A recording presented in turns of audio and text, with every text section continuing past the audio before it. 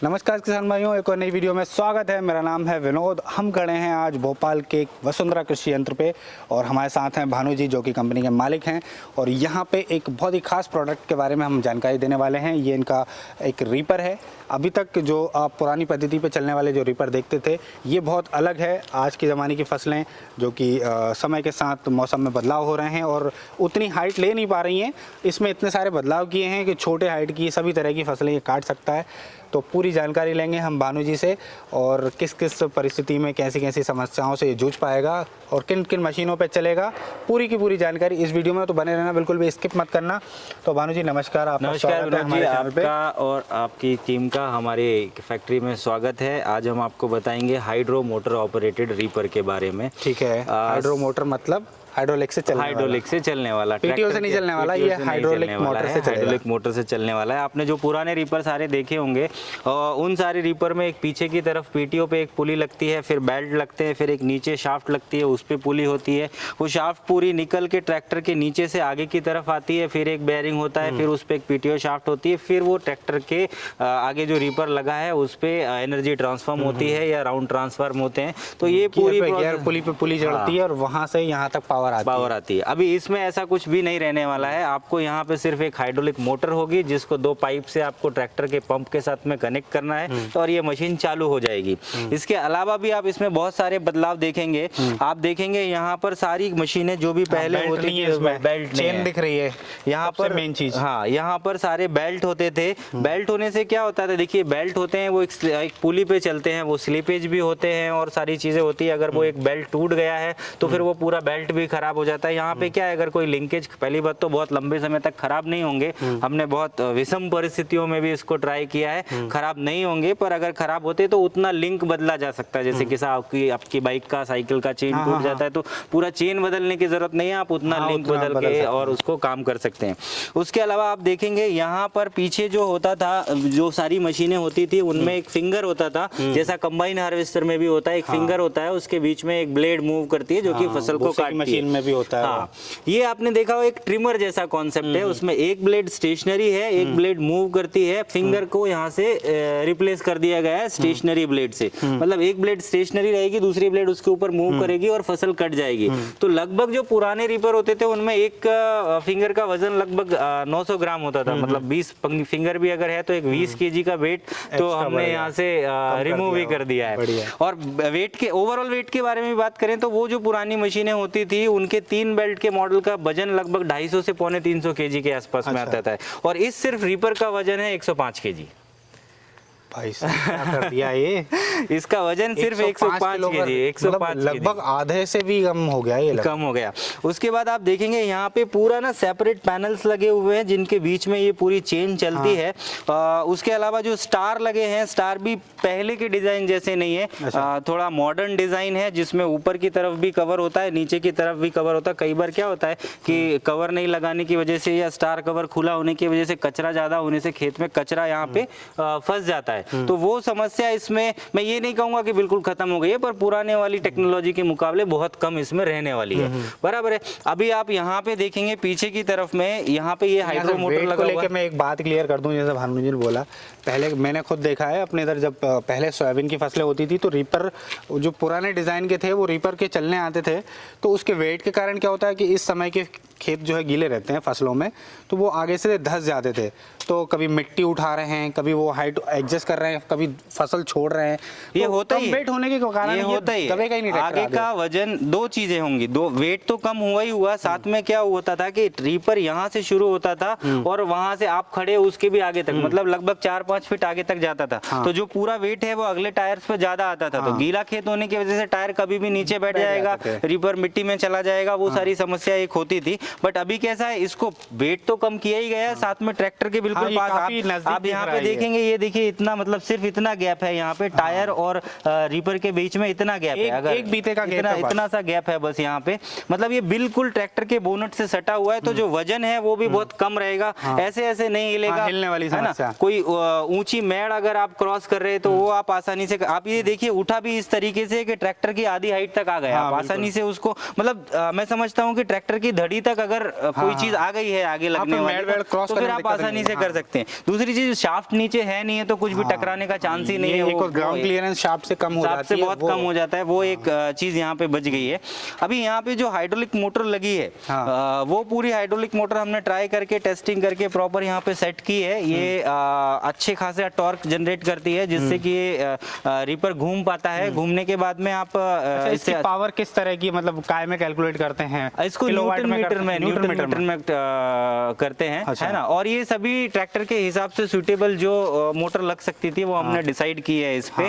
तो आपका ट्रैक्टर किसी भी प्रकार के ट्रैक्टर पे ये चल सकती है। उसके अलावा भी आरपीएम अगर कम ज्यादा होते हैं तो आप यहाँ पे देखेंगे, यहाँ पे एक गियर है, हम एक गियर साथ में भी देते हैं, उस गियर को बदल के आरपीएम आप चेन के कम ज्यादा कर सकते हैं। अच्छा, इसको चलाने के लिए जो रिक्वायर आरपीएम होते हैं ट्रैक्टर के, वो कितने होने चाहिए और कौन कौन से ट्रैक्टर देखिए उपयोगी हैं? थोड़ा सा ये ट्रैक्टर टू ट्रैक्टर वेरी करता है, क्योंकि ट्रैक्टर का जो एलपीएम होता है, मतलब जो ऑयल का सप्लाई है उसका कंपनी टू कंपनी थोड़ा वेरी करता है, बट एक सबका एवरेज होता है लगभग 28 से लेके 40 तक रहते हैं। मतलब आप ये मान के चलिए कि ये 10 से लेके 15 की स्पीड में आराम से काम कर सकता है, उससे ज्यादा जाने की जो रिक्वायरमेंट है वो 10 से लेके 15 की स्पीड में आराम से काम कर सकता है। उसके बाद देखिए इसका जो स्लाइडिंग मैकेनिज्म है, ये जो ऊपर नीचे होने का, वो भी वर्टिकल, जैसे आपने कोई क्रेन जो फोर्कलिफ्ट होते हैं उस तरीके का देखा होगा, तो ये बिल्कुल ऐसा स्ट्रेट नीचे चला जाएगा और ऐसा ही स्ट्रेट ऊपर आ जाएगा। इसके लिए हमने यहाँ पर देखेंगे, आप पीछे की तरफ में जब आएंगे, यहाँ पे जो पूरा कंट्रोल वॉल्व है, वो कंट्रोल वॉल्व में आप दो लीवर हैं, मतलब एक लीवर इसमें इस तरीके का है कि जो एक जगह पे जाके रुक जाता है। मतलब अभी आप मोटर चालू करेंगे, रीपर को चालू करेंगे तो ये लीवर को ऐसे करके छोड़ देंगे और रीपर चालू हो जाएगा। बंद करना है तो आप इसकी तरफ ऐसे कर देंगे, ठीक है। पीछे करेंगे तो उल्टा घूमने लगेगा, पर कोशिश करें उल्टा नहीं घुमाए। हम एक यहाँ पे स्टॉपर भी सेट करके देते हैं ताकि आपको उल्टा घुमाने की, क्योंकि उल्टा घुमाने की कोई जरूरत नहीं पड़ने वाली। दूसरा ये वाला जो लीवर है, इससे रीपर को अप डाउन किया जा, देखिए मैंने जैसे अभी ट्रैक्टर बंद है तो नीचे तो जाएगा, ऊपर तो नहीं आएगा, ये इस तरीके से ये नीचे जा सकता है पूरा। उसके बाद ये तीनों पूरी पाइपलाइन होती है। जैक की एक पाइपलाइन होती है, एक पाइपलाइन जैक की सिंगल एक्टिंग जैक होता है, उससे अप डाउन हो जाता है। और मोटर की एक रिटर्न की लाइन होती है और एक ऑयल सप्लाई की लाइन होती है। अब अगर फसल काटने की हम बात करें तो आप ये समझिए कि इससे आप एक 22 इंच, मिनिमम 22 इंच हाइट से लेके 4.5 पौने 5 फीट हाइट तक की फसलें काट सकते हैं। अभी जिनमें जैसे मेजरली जो होने वाली फसल गेहूं हो सकती है, धान हो सकती है, सोयाबीन हो सकता है, अगर अच्छी हाइट का है तो चना भी आप कर सकते हैं, है ना, और मूंग कर सकते हैं आप। ये सारी फसलें आप इससे बहुत आसानी से तो काफी छोटी हाइट की होती है अगर प्रॉपर हाइट की, जैसा मैंने पहले भी कहा है कि देखिए मशीन है ये, है ना, उसको एक प्रॉपर स्थिति में काम करने के लिए बनाया गया है। इसीलिए मैंने आपसे बात कही कि मिनिमम 22 इंच और मैक्सिमम पौने 5 फीट तक की हाइट की फसलें आप आसानी से इससे किसानों के मन में ये बड़ी भ्रांति होती है, भाई मशीन तो मशीन है, मशीन को एक प्रॉपर व्यवस्था तो चाहिए अपना काम करने के लिए। काम वो हर मतलब परिस्थिति में करेगी, लेकिन नुकसान हो सकते हैं। तो किसान भाइयों से अनुरोध है, तो मशीन में बदलाव किए गए हैं और काफ़ी आधुनिक बदलाव हैं, लेकिन एक इतनी हाइट तो चाहिए जहां तक ब्लेडें जा सकें। बिल्कुल, आप देखिए यहाँ पे क्या सिस्टम है कि नीचे से ब्लेड ने फसल को काटा है, अभी ये फसल वहां से इस तरफ आने वाली है, या मैं अपन उस तरफ चल के थोड़ा दिखाता हूँ मैं कि नीचे से फसल ने जो ब्लेड है उसने फसल को काटा है। अभी जो पेड़ होता है वो इन दोनों चेन और इन दोनों स्टार के बीच में से फंसता हुआ आगे की तरफ में मूव करता है। अभी दो चीजें होती है कि मान लीजिए कोई फसल की हाइट इतनी है कि वो चेन तक आ ही नहीं रही है, तो वो चेन और स्टार उसको पकड़ नहीं पाएंगे, तो वो बाजू में नहीं जा पाएगी, नीचे गिर जाएगी या कुछ चीज हो जाएगी। या फिर क्या होता है कि पौधे बहुत दूर दूर हो गए, ऐसे दूर दूर पौधे होंगे तो एक ही पौधा अगर यहाँ पे आएगा तो उसको कोई सपोर्ट नहीं है एक दूसरे की। तो ज्यादा डेंसिटी और प्रॉपर हाइट होना जरूरी है किसी भी रीपर से काम करने के लिए। हाँ, ये जरूर अश्योर है कि जो पुराने मॉडल्स थे उनसे बेहतर परिस्थिति में ये, मतलब उनसे थोड़ा बुरी परिस्थिति में ये बेहतर परफॉर्मेंस दे पाएगा, बशर्ते ये एक फैक्ट है कि जो मैंने बताया आपको, रीपर का काम करने का कॉन्सेप्ट वही होता है, वो सभी रीपर्स में वही होता है। सिंपल आप किसान जो है, यहाँ पे आप देखें ब्लेड की हाइट और इस इनके जो स्टार है इसकी हाइट, पौधे की साइज, कहने का मतलब इतना तो यहाँ तक तो होना चाहिए, यहाँ तक पकड़ के वहां तक उसको फेंक सके आसानी से। और ऐसा नहीं एक पेड़ यहाँ है एक यहाँ है तो भाई वो उठा ही नहीं पाएगा, वो अकेला कहाँ जाएगा। मैं एक लाइन में एक बात कहता हूँ कि जितना बेहतर फसल होगी उतना बेहतर परफॉर्मेंस होगा, और जितनी खराब होगी उतना खराब मिलेगा, है ना। तो ये एक फैक्ट ही है रीपर के बारे में, सभी चीज़ों के बारे में। और इसके अलावा हमने, आप देखेंगे इसमें अभी हम लोग कुछ और अपडेट भी करने वाले हैं। एक भाई साहब ने मुझसे सवाल किया था कि क्या ये मशीन पीछे लग के भी चल सकती है ना। तो पीछे लग के चल सकती है। देखिए पीछे लगा के मशीनें क्यों चलाते थे, आगे की तरफ वजन ज्यादा हो जाता था वेट के लिए, है ना, इसकी वजह से पीछे लगा के चलाने की जरूरत पड़ती है। तो ये मशीन कुछ थोड़े बहुत अल्टरनेट्स करके हम पीछे भी लगा सकते हैं, क्योंकि हमें पीटीओ का कहीं जरूरत नहीं है, हमको पाइप्स कनेक्ट करने हैं, वहां पे हो जाएंगे। उसके अलावा जब एक सवाल और था कि भाई अगर 5 से ज्यादा 4.5-5 से ज्यादा हाइट की फसलें हैं तो क्या करेंगे। तो हम लोग इसमें कुछ अपग्रेडेड मॉडल भी और डेवलप कर रहे हैं, जो कि इस पे और ऊपर कन्वेयर चेन्स भी लग जाएंगे, जो कि कुछ ऊंची हाइट की फसलें जैसे ज्वार बाजरा है वो भी इसमें अभी 2 लगी हैं तो अपन 3 या 4 और हम करेंगे इसमें। तो वो हम कर सकते हैं, अभी वो मॉडल हमारे पास नहीं है, पर वो हम कर पाएंगे आगे के समय में। हमारे पास ये मशीनें आप देखेंगे 5 फीट, 6 फीट और 7 फीट में उपलब्ध है। 5 फीट की जो मशीन है वो मिनी ट्रैक्टर के लिए ज्यादातर सुटेबल है, जो छोटे 15 एचपी से 30 एचपी तक के जो ट्रैक्टर्स आते हैं उन पे लगाते हैं। इवन उन पे 6 फीट की भी लगा सकते हैं, और 6 और 7 फीट की मशीनें बड़े ट्रैक्टर्स पे भी लग सकती है। तो ये किसी भी ट्रैक्टर के लिए सुटेबल है, और ये बहुत ईजी वे में इंस्टॉल हो जाती हैं। हमारे इंस्टॉलेशंस के कुछ वीडियोस हैं, ट्रेबल शूटिंग के कुछ वीडियोस हैं, जिनसे आपको चलाने में, फिटिंग करने में पूरा हेल्प मिलेगा। प्रॉपर इसको हम जब ये कस्टमर को हम भेजते हैं तो प्रॉपर इसको एक बॉक्स में पैक करके भेजते हैं, जिससे कोई डैमेज भी नहीं होता है। आपको बॉक्स भी मैं दिखाऊंगा, डैमेज भी नहीं होता है, कोई कलर निकलने का या कुछ ऐसी प्रॉब्लम भी नहीं होती है। तो ये एक पूरा ब्रीफ है सर, आप इसके बारे में कुछ और जानना चाहें तो अच्छा, मैं ये आपको बताऊंगा। मतलब जैसे कस्टमर कोई इसको ऑर्डर करता है तो वो कैसे, मतलब उसका प्रोसेस क्या है, और वहाँ उसके पहुँचने तक, इंस्टॉलेशन तक पूरी व्यवस्था, जो किसान भाई देख रहे हैं जो इसको ख़रीदना चाहते हैं, तो उनके मन में डाउट नहीं होना चाहिए कि मशीन हम कैसे खरीदेंगे, हमारे पास कैसे आएगी, चालू कैसे होगी। उसके पास एक और मेरे दिमाग में खास सवाल आया, मैं पूछ ही लेता हूँ नहीं तो भूल जाऊँगा।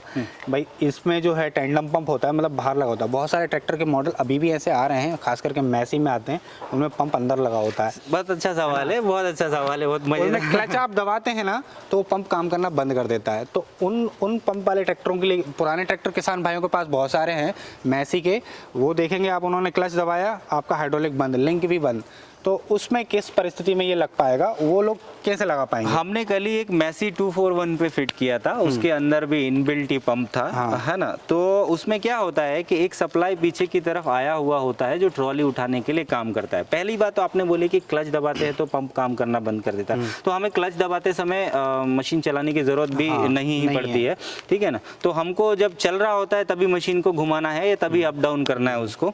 तो हमने उसमें ट्रॉली वाले कनेक्शन में से एक इनपुट लिया, जो कि हमने वॉल्व में दिया, और उसके बाद एक लाइन निकाल के हमने टैंक में लगा दिया। तो वो भी एक हमारा इंस्टॉलेशन का वीडियो है, उसका हमने पूरा बनाया है, तो वो भी दे सकते हैं। अगर इस तरीके के ट्रैक्टर हैं तो भी उनमें हो सकता है। ये बात करते करते मुझे एक बात और ध्यान आई, कई बार अभी जब हम इस मशीन को इंस्टॉलेशन कर रहे हैं, तो हालांकि यहाँ पे बात करने जैसी बात नहीं है, पर हमने कुछ लोगों का, कुछ किसान भाइयों के ट्रैक्टर्स देखे विनोद जी, तो लोगों का फिल्टर चौक है या बिल्कुल काला ऑयल है। तो मैं सबसे पहले तो ये सजेशन दूंगा कि ट्रैक्टर आपका अपना है, उसका ख्याल रखें और उसमें प्रॉपर ऑयलिंग और फिल्टर्स का ध्यान रखें। अभी जब इस मशीन को आप चलाएंगे तो क्या होता है, ट्रैक्टर के भी 2 गेज होते हैं ऑयल के, आपने पीछे देखे होंगे। तो ट्रैक्टर जब मैक्सिमम है ना, तो आपको क्या होता है, पाइपलाइन में, जैक में ऑयल भर जाता है। तो जब भी आप ये मशीन को इंस्टॉल करेंगे तो आपको ऑयल का टॉपअप जरूर करना रहेगा। लाइनों में जाके वहाँ पे गेज पे कम हो जाएगा। तो एक 5-7 लीटर का ऑयल का आपको टॉपअप इसमें करना रहेगा। फिल्टर भी अच्छा होना चाहिए, ऑयल की क्वालिटी भी अच्छी होनी चाहिए, जो कंपनी ने रिकमेंड किया है। इसके लिए मैं जवाब दे देता हूँ। क्या होता है, जैसे ये पूरा ऑयल पे चल रहा है, जितनी अच्छी क्वालिटी का ऑयल होगा इसकी लाइफ उतनी ज़्यादा होगी। जैसे कि मेरी मशीनें हैं, मैं समय समय पे ऑयल उनमें चेंज करता हूँ। अगर इसमें ऑयल आप रद्दी डालोगे, कुछ दिन बाद ये ख़राब हो जाएगी, बाद में आप यहाँ फ़ोन करोगे भाई कैसी मशीन दी है। तो ऑयल का मेंटेनेंस भी ज़रूरी है भाई। आपकी मशीन है भाई, ट्रैक्टर तो आप ही का है।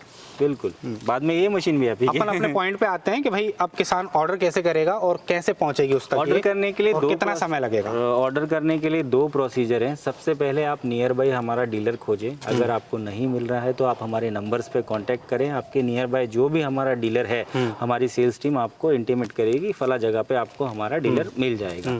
अगर इनकेस आपके एरिया में आजू बाजू हमारा कोई डीलर नहीं है तो आप हमसे डायरेक्टली परचेस कर सकते हैं। डायरेक्टली परचेज करने का प्रोसीजर बहुत ही सिंपल है। आप मॉडल का सिलेक्शन करें, कौन सा मॉडल आपको लेना है, आप ट्रैक्टर के बारे में जानकारी दें, आपको कौन से ट्रैक्टर पे इसको लगाना है, उसके जो भी प्लस माइनस पॉइंट्स होंगे वो हमारे बंदे आपको उसके बारे में जानकारी देंगे। जैसे ही आपकी मशीन का ऑर्डर का फाइनलाइज होता है तो हमारे बंदे आपको डिलीवरी या डिस्पैच का डेट कमिट करते हैं कि भाई ये डेट पे हम इस मशीन को आपके लिए डिस्पैच कर देंगे। अभी डिस्पैच और डिलीवरी ना दो चीज़ों का बड़ा डिफरेंस है। हम यहाँ से निकाल देंगे और आपके पास पहुँचेगी। ट्रांसपोर्टेशन का टाइम है ना, तो समय रहते ही हमेशा ऑर्डर करें। पूरे इंडिया में कहीं पे भी जाने में मिनिमम 5 से 10 दिन लगते हैं मशीन को पहुंचने में। तो आप हमारी कंपनी के अकाउंट में जो कि वसुंधरा कृषि यंत्र के नाम से होगा वो सारी डिटेल्स आपको मिलेगी। उसमें 40 से 50% अमाउंट डिपॉजिट करेंगे। हम ये मशीन बॉक्स में पैक करके प्रॉपर आपके एरिया के लिए, आपके जगह के लिए रवाना कर देंगे। मशीन आपको आपके घर पहुंच के मिलेगी, आपको कहीं पे लेने नहीं जाना होता है। बस आपको क्या करना होता है, जो बाकी का अमाउंट आपका बचा हुआ है वो आपको बाकी का अमाउंट का डीडी बना के रेडी रखना होता है। डीडी बना के रेडी आप रखेंगे तो जो बंदा डिलीवरी करने के लिए आपके पास आएगा वो आपसे डीडी लेगा और आपको मशीन हैंड ओवर कर लेगा। कई बार क्या होता है, डीडी बनाने का थोड़ा प्रॉब्लम आता है। जैसे आजकल डीडी थोड़ा आउटडेटेड काम हो गया है। तो मैं एक चीज बताता हूँ इसमें कि क्या होता है, जैसे मान लीजिए मैं भोपाल में हूँ, आप विदिशा में है, मैंने आपके लिए मशीन बुक कर दी है, तो विदिशा का जो ट्रांसपोर्टर का वेयर हाउस है वहाँ पे मशीन जाके रख गई है। अब आप चाहते हैं कि मुझे डीडी नहीं बनाना है, मैं कंपनी के अकाउंट में पैसे डिपॉजिट कर देता हूँ, तो पहली चीज तो आप जाके वहाँ पे देख सकते हैं आपकी मशीन आई है या नहीं, है ना। अगर वो नहीं करना है तो अगर आप कंपनी के अकाउंट में पैसे डिपॉजिट कर रहे हैं तो क्या होता है सर, आपने डिपॉजिट किया, हमारे पास आया, हमने एक मेल लिखा ट्रांसपोर्टर को कि भाई इनका पेमेंट आ गया, आप इनको मशीन को डिलीवर कर दीजिए। अभी मैं भोपाल की ब्रांच को मेल लिखूंगा, भोपाल की ब्रांच उसके हेड ऑफिस को मेल लिखेगी, उसका हेड ऑफिस विदिशा की ब्रांच को मेल लिखेगा। तो ये पूरी प्रोसीजर में जो है ना, एक दिन या उससे थोड़ा ज्यादा समय चला जाता है। तो कई बार ऐसा हो जाता है कि अरे यार मैंने पैसा डाल दिया और मतलब ऐसा कुछ घबराने वाली कोई बात नहीं है। तो हर चीज में एक व्यवस्था में समय लगता है, तो ऐसे कोई बात नहीं है, मशीन आप तक सही समय पे पहुंच जाएगी। लेकिन क्या है कि आज के ज़माने में फ्रॉड भी बहुत होते हैं, तो उन चीज़ों से भी आपको सावधान रहना है। बिल्कुल। इवन जब भी हम मशीन बुक करते हैं आपको एक डॉकेट नंबर शेयर करते हैं, उससे आप ऑनलाइन सारा ट्रैक कर सकते हैं कि कहाँ पे मशीन पहुंची है, क्या चीज़ है। अब मशीन आपके पास पहुंच गई है ना। सबसे पहले रिसीविंग करते टाइम जो भी हमने आपको हमारे सेल्स वाले ने इंटीमेट किया है कि 2 पैकेज में आएगी, 3 पैकेज में आएगी, उस तरीके से पैकेज रिसीविंग करें। उसके बाद में जब आप मशीन की अनबॉक्सिंग कर रहे हैं तो आप सारी चीज़ों को व्यवस्थित रख लें, सारी चीज़ें हो जाएं। फिर आप हमसे संपर्क कर सकते हैं। हमारे बंदे जो सर्विस टीम है वो पूरी आपको इंस्टॉलेशन कैसे होता है उसके वीडियोस प्रोवाइड कराएगी। इंस्टॉलेशन करते समय आपको कोई दिक्कत आती है तो वो हम आपको वीडियो कॉल पे पूरा समझाएंगे कि ये मशीन की व्यवस्था ऐसी है, इनकी बातों से ये लग रहा है कि आप स्वयं ही इंस्टॉल कर सकते हैं और समय आने पे इसको अनइंस्टॉल करके रख भी सकते हैं, खुद कर सकते हैं। आपको इसमें किसी की जरूरत नहीं है, जरूरत नहीं है। हाँ, कभी आपका ट्रैक्टर का हाइड्रोलिक पंप प्रॉपर नहीं काम कर रहा है, कुछ ऑयल सप्लाई नहीं है, उस समय आपको एक ट्रैक्टर मैकेनिक की जरूरत पड़ सकती है। इस मशीन में जो व्यवस्था दी है, कहीं भी आप भेज रहे हो तो किसान खुद इसको कर सकता है, आराम से कर सकता है, कोई दिक्कत नहीं है। जैसे आप किसान और अपने भारत के किसान इतने एक्टिव होते हैं कि कर लेंगे, कोई दिक्कत नहीं है। जुगाड़ के मामले में जैसे डोजर ब्लेड वगैरह होता है उस तरीके की फिटिंग पूरा ही है, वो आप कर सकते हैं। वहाँ आप अगर मैं कहें तो मैं थोड़ा दिखा भी देता हूँ। बिल्कुल है ना।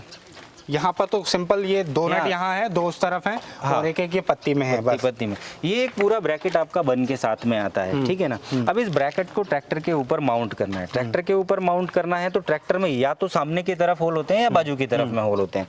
तो अगर सामने की तरफ में होल है तो सामने की तरफ में एक एंगल लगाया है और उस एंगल पे इस वाले ब्रैकेट को पूरा वेल्ड कर दिया है। अगर वो तो अपन ट्रैक्टर कस्टमर बताता है तो उसके हिसाब से पहले से भेजते हैं वो, तो वो उतना आयरन का जो भी पीस होता है वो हम उसके साथ में होते हैं, वेल्ड उनको करना पड़ेगा। फिर ये एक यहाँ से ब्रैकेट आगे की तरफ ना झुके उसके लिए एक सपोर्ट लगाई होती है, बस इतना ही काम करना होता है। बाकी जैक वैक का फिटिंग बहुत आसान है, ये ब्रैकेट्स यहाँ पे लगते हैं, वो ब्रैकेट्स वहाँ पे लगते हैं, और पूरी डिटेल में भी वीडियो है, उसके डिटेल वीडियो अवेलेबल है। बाकी वॉल्व को कनेक्ट करने के लिए बहुत ही सिंपल होता है। जैसे आप प्लाऊ की फिटिंग करते हैं, आपको पंप से एक लाइन आ रही है, उसको यहाँ से ब्रेक करना है ना। उसको ब्रेक करने के बाद यहाँ पे डिस्ट्रीब्यूटर में एक पी होता है और एक टी होता है। तो आपको पी का वाला जो पाइप है वो निकाल करके इसके पी में यहाँ पंप से जो आ रहा है वो पाइप पी में लगा देना है, और जो पीछे की तरफ गया उसको टी से कनेक्ट कर देना है। बाकी यहाँ पे 3 पाइप है, 2 मोटर के हैं, 1 पंप का है। जो स्प्रिंग वाला लीवर है उसके साथ जैक वाला पाइप कनेक्ट कर देना है, और जो जो डिटेन्ड वाला लीवर है उसके साथ आपको मोटर वाले पाइप कनेक्ट कर देना है। कनेक्ट करने के बाद में आपको थोड़ा सा लीवर आगे या पीछे करके देख लेना है कि मोटर किस तरफ में सीधी घूम रही है। जिस तरफ में सीधी घूम रही है उसके अपोजिट तरफ लीवर को लॉक कर देना है, ताकि कोई पीछे की तरफ में ना घुमाए। बस इतना सा काम हो जाता है। सिंपल सा प्रोसीजर है, तो है। कोई भी आसानी से आई होप कर सकता है। तो ये था वसुंधरा कृषि यंत्र द्वारा निर्मित ये हाइड्रो मोटर से चलने वाला रीपर। और अभी एक चूँकि न्यू डिज़ाइन है, बहुत सारी जगह पे टेस्टिंग भी हुई है, जिनके वीडियोस हमने इनसे लिए हैं, और हम भी इसको चला के देख रहे हैं, और आपको वो बीच बीच में हमने दिखाए, और आगे भी इसके वीडियोस आते रहेंगे। तो किस तरह का काम कर रहा है वो हम आपको आगे आने वाले वीडियोस में बताते रहेंगे। और तो ये थी इस प्रोडक्ट की डिटेल जानकारी। इसी तरह के वीडियोस हमारे चैनल पे आते रहते हैं, उसके लिए आप हमारे चैनल को सब्सक्राइब कर सकते हैं। वीडियो पसंद आई है लाइक कर दीजिए। ये वीडियो हमारे फेसबुक पेज पर भी आती है, तो वहाँ भी जाके आप फॉलो कर सकते हैं। मिलते हैं किसी और जानकारी से भरी हुई वीडियो के साथ, तब तक के लिए जय हिंद, जय भारत। Thank you.